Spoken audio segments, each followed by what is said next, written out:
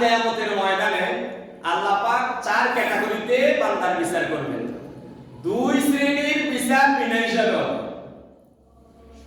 এক প্রকার হলো যারা জান্নাতি, নবিয়্যিন, সিদ্দিকিন, শুহাদা, সালেহিন, যারা আল্লাহর খাস বান্দা, তাদের হিসাবটা বিনা হিসাবে তাদেরকে জান্নাত দিয়ে দেবেন।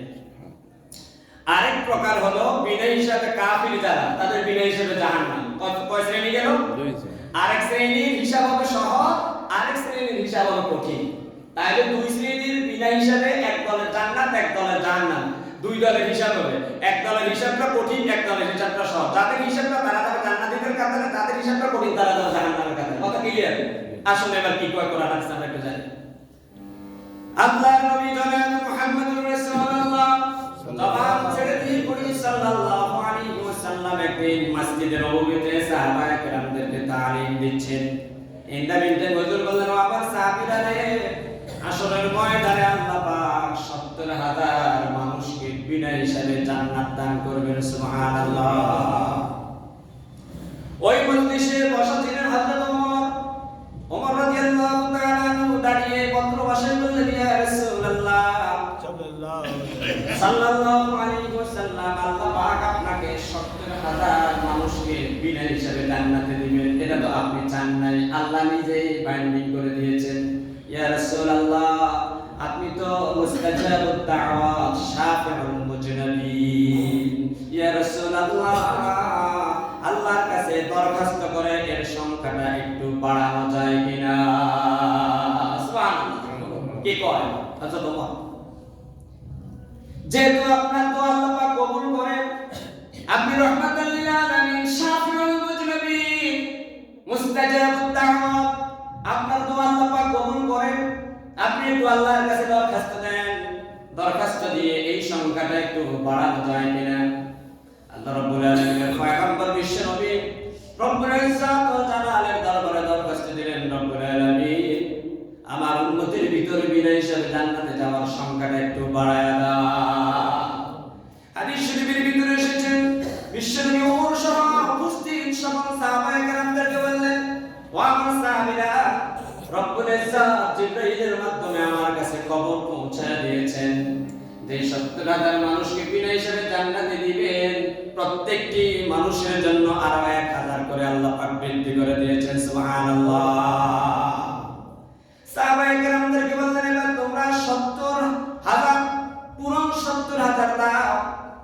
পূরণ দেওয়ার পর সংখ্যা হয়ে গেল ৪৯০ কোটি মানুষকে, বিশ্বনবীর উম্মত থেকে ৪৯০ কোটি মানুষকে আল্লাহ পাক হাশরের ময়দানে বিনা হিসাবে জান্নাত দান করবেন। সুবহানাল্লাহ।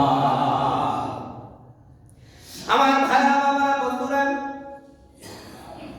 তাহলে বিনা হিসাবে যারা জান্নাতে যাবে তাদের তালিকাটা পাইলাম। বিশ্বনবী সব সময় সাহাবায়ে কেরামদেরকে বলতেন, তোমরা আল্লাহর কাছে দোয়া করো, আল্লাহুম্মা হাসিবনি হিসাবান ইয়াসীরা। ও আমার সাহাবীরা, তোমরা আল্লাহর কাছে বলো, আমিও বলি, আয় আমার রব, আমার জন্য, আমার উম্মতের জন্য আল্লাহ তুমি হিসাবটা সহজ করে নিও। একটু বলি, আল্লাহুম্মা হাসিবনি হিসাবান ইয়াসীরা। কোরআন কারীমের সূরাতুল ইনশিকাকের ভিতরে এসেছেন, ফাআম্মা মান উতিয়া কিতাবাহু বিয়ামিনিহি ফাসাওফা ইউহাসাবু হিসাবান ইয়াসীরা। যাদের আমলনামাটা সামনের দিক থেকে ঘুরে ডান হাতে আসবে, আল্লাহ রাব্বুল আলামিন বলেছেন ওই মানুষগুলোর হিসাব হবে সহজ। সুবহানাল্লাহ। হুজুর সাল্লাল্লাহু আলাইহি ওয়াসাল্লাম সাহাবায়ে কেরামদেরকে বিশ্লেষণ দিলেন এইভাবে, আমার সাহাবীরা শুনো, হাশরের ময়দান যখন কায়েম হয়ে যাবে, আল্লাহ রাব্বুল আলামিন বান্দার আমলগুলোকে ৩টা ক্যাটাগরি করবেন, যাদের হিসাব হবে। কয় ক্যাটাগরি করবেন? ৩টা ক্যাটাগরি করবেন। বান্দার দুই কাঁধে দুইজন ফেরেশতা আছে, কিরামান কাতিবিন ইয়ালামুনা মা তাফআলুন। ডান পাশের ফেরেশতা সব নেক কাজগুলো লেখে, বাম কাঁধে যে ফেরেশতা তিনি বদকাজ গুনাহগুলো লেখেন। এরপরে ওই ফাইলের ভিতরে আল্লাহ রাব্বুল আলামিন এই বান্দার জন্ম থেকে মৃত্যু পর্যন্ত কি কি নিয়ামত ভোগ করেছে তার একটা ফাইল নোট আল্লাহ পাক প্রস্তুত করবেন ফেরেশতাদের মাধ্যমে। কয়টা ফাইল হইল? কথাটা বুঝেন না? ফাইল কয়টা? তিনটা। একটা হলো গুনাহের ফাইল, একটা হলো সওয়াবের ফাইল, আরেকটা হলো আমার আপনি কি কি নিয়ামত ভোগ করেছি তার আলাদা একটা ফাইল থাকবে। ওয়া আম্মা বিনিয়ামাতি রাব্বিকা ফাহাদ্দিস, তোমার রবের সব নিয়ামতের হিসাবটা দিয়ে যা। এবার আল্লাহ রাব্বুল আলামিন মানুষগুলোকে ডাকবেন। হাদিস শরীফের ভিতরে এসেছে আল্লাহ রাব্বুল আলামিনের অবস্থা হবে আকাশের চাঁদের মতো, আর যারা হিসাব দিবে তাদের অবস্থা হবে দুনিয়ায় অবস্থানরত মানুষের মতো। আল্লাহর অবস্থা হবে আকাশের চাঁদের মতো, আর মানুষের অবস্থা হবে দুনিয়াতে আমরা যেভাবে বসবাস করি। যেমন আকাশের চাঁদ উদিত হলে প্রত্যেকটি মানুষ তার গোপন কামরায় যে বসে আছে সেখান থেকে দেখতে পারে, কিন্তু কোন মানুষ চাঁদকে দেখলো অন্য কোন মানুষ দেখার কোন সুযোগ হয় না। একটু পরীক্ষা করে দেখেন তো, আজকে যদি চাঁদ উদিত হয় আকাশে, আপনি আপনার বিল্ডিং এর ছাদের উপরে দাঁড়ায়া চাঁদকে দেখলেন, আবার 10 মাইল দূরে আপনার শ্বশুর বাড়ির আপনার শ্বশুর বাবা জানো তার বিল্ডিং এর ছাদের উপরে উঠে চাঁদকে দেখলো, আপনি যে চাঁদকে দেখলেন আপনার শ্বশুর দেখে নাই, আবার আপনি যে চাঁদকে দেখলেন আপনিও আপনার শ্বশুরকে দেখেন নাই, কিন্তু দুজনের চাঁদ কিন্তু দেখা হয়ে গিয়েছে।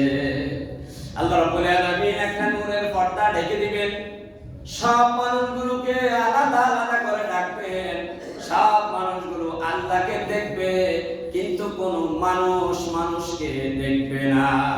আল্লাহ রাব্বুল আলামিন ওই তিনটা ফাইল বান্দার সামনে উপস্থাপন করবেন। এর বান্দা অমুক তারিখে 21শে নভেম্বর মিয়াবাড়ি জুমা মসজিদে তুই জুমা পড়েছিলি, তোর একটা সওয়াব এখানে লেখা আছে।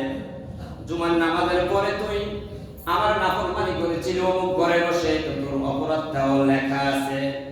এর বান্দা তো জন্ম থেকে মৃত্যু পর্যন্ত এত হাজার কিলোমিটার এত হাজার কিউসিক পানি তুই পান করেছিস। এর বান্দা এতগুলো চিংড়ি মাছ তোর খাবারের জন্য আমি আল্লাহ ব্যবস্থা করেছিলাম।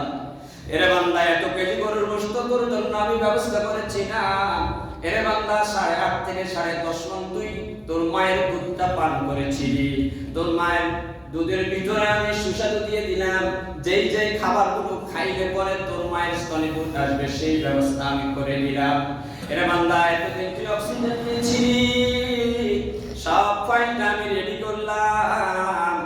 বান্দা এবার আমার হিসাব দে, তুমি এতটুকু নেক কাজ করেছ তার বিনিময়ে আমার নিয়ামত ভোগ করেছ, সুতরাং পাওনা দেওয়া শেষ হয়ে গেল। তুমি আমার ইবাদত করছো, আমি তোমার সুস্থতার জীবন দান করেছি। তুমি আমার ইবাদত করেছো, নামাজ পড়েছো, রোজা রেখেছো, কোরআন শরীফ পড়েছো, তার বিনিময়ে আমি তোমাকে চোখের পাওয়ার দিলাম। একটা জিহ্বাতে 1000 রকমের টেস্ট ফিট করে দিলাম, একটা কানের ভিতরে 1000 মানুষের সাউন্ড ফিট করে দিলাম। তোমার মা ডাকলে মায়ের সাউন্ডটা তুমি বুঝতে পারো, তোমার বাবা ডাকলে তুমি তোমার বাবার সাউন্ডটা বুঝতে পারো, তোমার উস্তাদ ডাকলে তুমি তোমার উস্তাদের সাউন্ডটা বুঝতে পারো। এই যে নিয়ামতগুলো দিলাম রে বান্দা, নিয়ামতের বিনিময়ে আমি তোমার সওয়াবটা নিয়ে নিলাম, সওয়াবের বিনিময়ে আমি আমার নিয়ামতটা তোমারে দিলাম। তুমি যে অপরাধটা করেছো এই অপরাধের ফয়সালা তুমি কি দিবা? বান্দার কোনো জবাব থাকবে না। বান্দা জবাব দিবে রব্বুল আলামিন, তুমি তো গফুরুর রহিম, তুমি তো আহকামুল হাকিমিন। এবার আমার রব্বুল আলামিন দেখবে মৃত্যুর আগে এই বান্দা কি কোনো গুনাহ করছে কিনা, তাওবা তার আমলনামায় আছে কিনা। তাওবা যখন দেখলো যে বান্দার আমলনামায় তাওবা ইনসু আছে, আল্লাহ রাব্বুল আলামিন বান্দারে বলবে, বান্দা আমি তো গফুর, আমি তো রহিম, আত্তাইবু মিনাজ জামবি কামান লা জামবালা। আল্লাহর কোন বান্দা যদি তাওবা করে, তাওবার ফজিলত হলো এমন, মায়ের পেট থেকে সন্তান যেমন নিষ্পাপ হয়ে দুনিয়ায় আসে, আল্লাহর কোন বান্দার তাওবা যদি আমি কবুল করি, ওই বান্দাকে আমি তেমন নিষ্পাপ বানায়া দেই। এর বান্দা, দুনিয়াতে যত নিয়ামত তুই ভোগ করেছিলি, সেই নিয়ামত তোর সওয়াবের বিনিময়ে আমি নিলাম বিনিময় হয়ে গেল। আজকে আমার গফুর নামের খাতিরে তোর সব গুনাহগুলো আমি আল্লাহ কেটে দিলাম। যা বান্দা, কোন গুনাহ তোর আমলনামায় রাখলাম না, তোর আর কোনো হিসাব নাই, চুপে চুপে আল্লাহর জান্নাতের দিকে তুই চলে যা। এটার নাম হলো হিসাবাই ইয়াসিরা। এটার নাম কি ভাই? হিসাবাই ইয়াসিরা। সহজ। তাহলে কয় প্রকার গেল? 3 প্রকার। আরেক প্রকার মানুষের হিসাব হবে কঠিন। হিসাব দেওয়ার পরে ওই মানুষগুলো আর জান্নাতে যেতে পারবে না, তারা হলো মুনাফিক আর মুরতাদ। মুনাফিক আর মুরতাদ। আল্লাহ রাব্বুল আলামিন বলেন, ইন্নাল মুনাফিকিনা ফিদ দারকিল আসফালি মিনান নার। দুটোটা উৎপত্তি হবে মুসলমান আর মুমিনদের থেকে। এই দুটোটার উৎপত্তি কত হবে ভাই? মুসলমান আর মুমিন থেকে। সকালবেলা দেখলো সে লোকটা ইমানদার, ওয়ায়ুমসিহু কাফিরান, বিকাল বেলায় হয়ে গেল কাফের। আল্লাহ না করুন কাফের অবস্থায় যদি মারা যায়। আজকে 11টার দিকে উদাহরণ সবার জন্য স্পষ্ট। 4তলায় ছিলাম, পড়তে আসি তাফসীরে জালালাইন আমার সামনে, তাফসীরে মারুফুল কোরআন মিশকাত শরীফ আমার সামনে, আমি টেবিলে গবেষণা করতেছি। ইন দ্য মিনটাইম দেখলাম এই দরজাটা নক করে রাখলাম, দরজাটা ঠাস করে খুলে গেল। দেখলাম যে ফ্যানটা নড়াচড়া করে। আমি আমার ফ্যামিলিকে বললাম, মনে হয় ভূমিকম্প হচ্ছে, সবাই লা ইলাহা ইল্লাল্লাহ মুহাম্মাদুর রাসূলুল্লাহ পড়ার তাকবীর দাও, এছাড়া বিকল্প কোনো রাস্তা নাই। এটাই হতে পারে আমার আপনার শেষ জীবনের শেষ কথা। মান ক্বালা আখিরুল কালাম লা ইলাহা ইল্লাল্লাহ, যে ব্যক্তির শেষ কথা হবে লা ইলাহা ইল্লাল্লাহ, ফাদাখালাল জান্নাহ। আমি আমার পরিবারের সদস্যদেরকে বললাম, লা ইলাহা ইল্লাল্লাহ পড়ো আর তাকবীরটা দিতে থাকো। বলা যায় না একবার তুরস্কে কত মানুষ ভূমিকম্প হয়ে এরকম দুনিয়ার বুক থেকে বিদায় হয়ে গিয়েছে, কোনো ঈমান আনার তওবা করার প্রস্তুতি সে পায় নাই। পাইছিল না? বন্ধুরা আমার, ভাবা আমার, তাহলে যে মানুষগুলোর হিসাব হবে কঠিন, এই মানুষগুলো হলো 2 ধরনের। এক ধরনের হলো মুনাফিক, আর এক ধরনের হলো মুরতাদ। মুনাফিক হলো মুখে ইসলাম মানে, অন্তর দিয়ে আর কাজের মাধ্যমে ইসলাম মানে না, তাদেরকে বলা হয় মুনাফিক। কি বলছি? মুখে ইসলামের কথা বলে কিন্তু অন্তর দিয়ে ইসলামকে বিশ্বাস করে না, কাজের মাধ্যমেও ইসলামী আইনকে বাস্তবায়ন করার জন্য চায় না। এরা হলো মুনাফিক। তার উদাহরণ হলো আব্দুল্লাহ ইবনে উবাই। আব্দুল্লাহ ইবনে উবাই এমন কোনো দিন ছিল না হুজুরের পিছনে নামাজ পড়ে নাই। তার নামাজ বড় হতো না, নামাজ হতো হুজুরের পিছনে। কিন্তু এই লোকটা রাষ্ট্রীয়ভাবে, সামাজিকভাবে, পারিবারিকভাবে ইসলাম কায়েম হোক এটা চায় নাই। আব্দুল্লাহ ইবনে উবাই পাগড়ি ছিল এত লম্বা। আব্দুল্লাহ ইবনে উবাই কোনদিন একেবারে সামনের কাতারের ডান পাশে বা বাম পাশের শেষ জন হিসাবে নামাজ পড়ে নাই, হুজুরের পিছনে নামাজ পড়েছে। কিন্তু রাষ্ট্রীয়ভাবে ইসলাম চায় নাই বিদায় এই লোকটা টাটকা মুনাফিক হয়ে মারা গেল। আর মুরতাদ হলো ওই ব্যক্তি, যে ব্যক্তি কোরআনে কারিমের কোন একটা বিধান মানে না, কিন্তু সব কিছু মানলো, একটা বিধান সে মানে নাই, সেজন্য সে ইসলাম থেকে খারিজ হয়ে গেল। উদাহরণ দিলে বুঝে নেবেন। আপনি ওযু করেছেন, মুখ ধুইলেন, হাতও ধুইলেন, মাথাও মাসে করলেন, পাটা এখনো ধুন নাই, পা ধোয়ার আগে আবার আপনার বায়ু নির্গত হয়েছে। আপনি মাথা মাসে করলেন, মুখ পুরোটা ধৌত করলেন, হাতের কোন সহ ধৌত করলেন, পা এখনো ধৌত করেন নাই। ইন দ্য মিন টাইম আপনার বায়ু নির্গত হয়ে কি হয়ে গেছে? এখন আপনি যদি বলেন যে আমি তো এখন ওযু অবস্থায়, ওযু করা অবস্থায় আছি, ওযু তো আছে, আছে ওযু, তাইলে আপনি এত সুন্দর করে মুখ ধুলেন ফেস ওয়াশ দিয়ে, সাবান দিয়ে, এটা কোনো কাম রইলো না। তাহলে 3টা করছেন, একটা করেন না, ইন দ্য মিন টাইম কি হয়ে গেছে? সব শেষ, সব শেষ হয়ে গেছে। উদাহরণ হলো এরকম, আপনি ইসলামের কোন বিধান আপনি মানতে পারেন, সেটা হলো অন্য হিসাব, কিন্তু আপনি বিশ্বাস করেন। কিন্তু আপনি মানেনই না, বিশ্বাসই করেন না, তাহলে আপনি হলেন ওই অজুর মতো, আপনি মুরতাদ হয়ে যাবেন। এজন্য সাবধান, নিজের দলের চিন্তা করতে গিয়ে এমন ভাবে কথাবার্তা বলা যাবে না যাতে আপনি মুরতাদ হয়ে যেন মরা না লাগে। আমাদের একজন বোন, জানি না তাদের মাথায় কি আছে, একটু জনপ্রিয়তা আসলেই তখন আর হুঁশ থাকে না, বলে যে 4 বিয়ে করার অধিকার কে দিয়েছে? 4 বিয়ে করার অধিকার কি কোনো ইসলামিক স্কলার দিছে না আল্লাহ দিছে? কথা বলেন। সূরাতুন নিসা পারা নাম্বার 4 পৃষ্ঠা নাম্বার 17, এই আয়াতে আল্লাহ পাক বলেছেন কোন পুরুষ যদি ইচ্ছে করে তার একজন স্ত্রী, দুজন স্ত্রীর কারণে তার সমস্যা সমাধান হয় না, সে যদি ইচ্ছে করে আর্থিক শারীরিক ইনসাফ, কয়টা? আর্থিক শারীরিক ইনসাফ কন্ট্রোল করতে পারে, তাহলে সে তৃতীয় বিবাহ করতে পারবে। তৃতীয় ধর্মেও যদি তার সমস্যা সমাধান না হয়, সম্পদ আছে, ফিজিক্যাল ফিটনেস আছে, ইনসাফ করার মতো বিবেক আছে, প্রথম যাকে এনেছে সে একটু কালো হওয়া সত্ত্বেও সে প্রথম স্ত্রী, শাড়ি সবার জন্য সমান রেটের, বাজার সদাই সমান রেটের, রাত্রি বন্টন সমান রেটের, এই ইনসাফ যা থাকবে, শারীরিক ফিটনেস থাকবে, আর্থিক ফিটনেস থাকবে, তাহলে সে ইচ্ছা করলে 4টা বিবাহ করতে পারবে। এটা কার বিধান? আল্লাহ।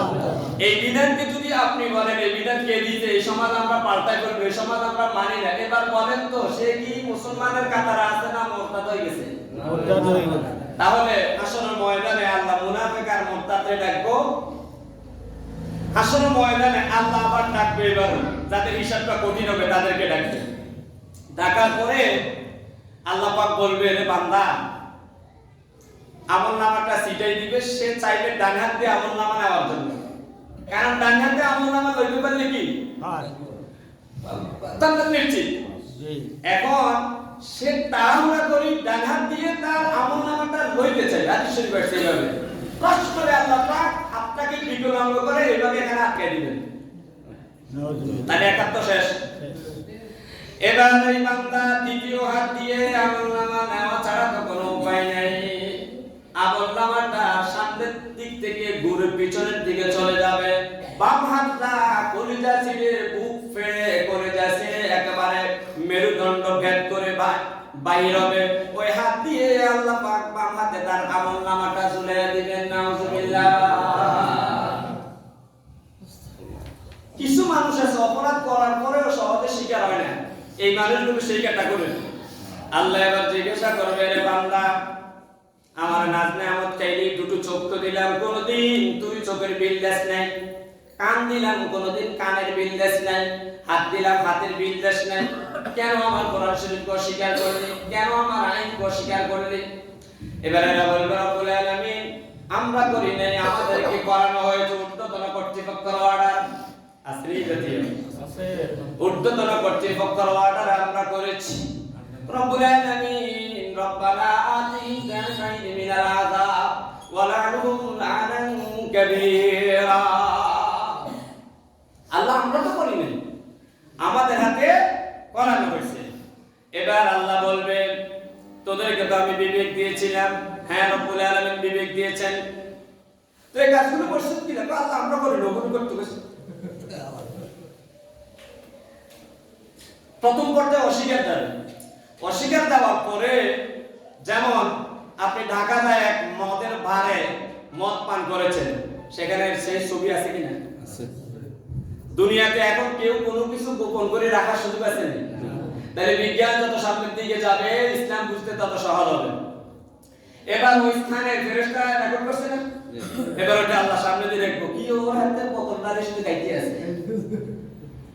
কি ও আমি স্ক্যান্ডার আলে বুঝা পারি তো, তাতে একবার বললে পরে আর কিল্লে হাতে শুট করলে পশ্চিম নদীপুর 4 নম্বর চন্দ্রনগর, কি ও 7টা বাজে আপনার 7টা 8টার দিকে আপনার আমল নামায় দেখলাম যে কি ও আপনার আমল নামায় দেখি জোরো আপনি মানুষকে হত্যা করছেন, কি আপনি রিপোর্ট করতে উঠে গেছে, আর কি আপনি ওসি প্রতীক আপনি মেজর সিনহারে টেকনাফে হত্যা করছেন, রিপোর্ট আসবনি?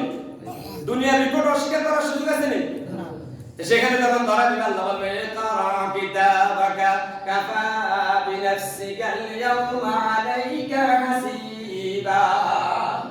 কিও হাদিস পড়া ইউনিয়নের তো নতরা সময় নিশ্চিত পালন করি যা আমরা তারা দৌড়াই দৌড়াই মারেন কা কিও।